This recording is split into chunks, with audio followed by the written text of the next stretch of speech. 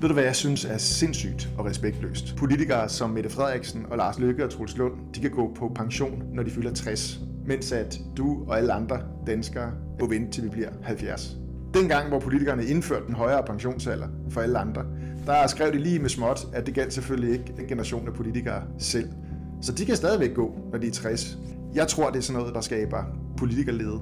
Og jeg synes, det er helt umuligt at forklare, hvorfor at der skal gælde nogle andre regler for politikerne inde på Christiansborg. Vi har mange gange fra Enhedslisten foreslået, at selvfølgelig skulle den her pensionsalder, som man indfører for alle andre, også gælde for os selv.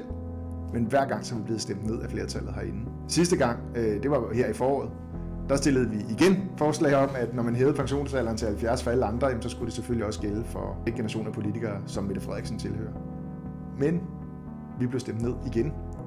Og ikke et eneste af de partier, som stemte imod, havde nosserne, undskyld mig, til at gå på talerstolen og forsvare, hvordan de stemte. Og det kan jeg egentlig godt forstå, for det er jo muligt at forklare, at man hæver pensionsalderen for alle andre, men selv synes, man skal kunne gå, når man er 60. Hvad tænker du om, at den generation af politikere, der hævede pensionsalderen for alle os andre, stadig selv kan smutte på en velbetalt pension, når de fylder 60?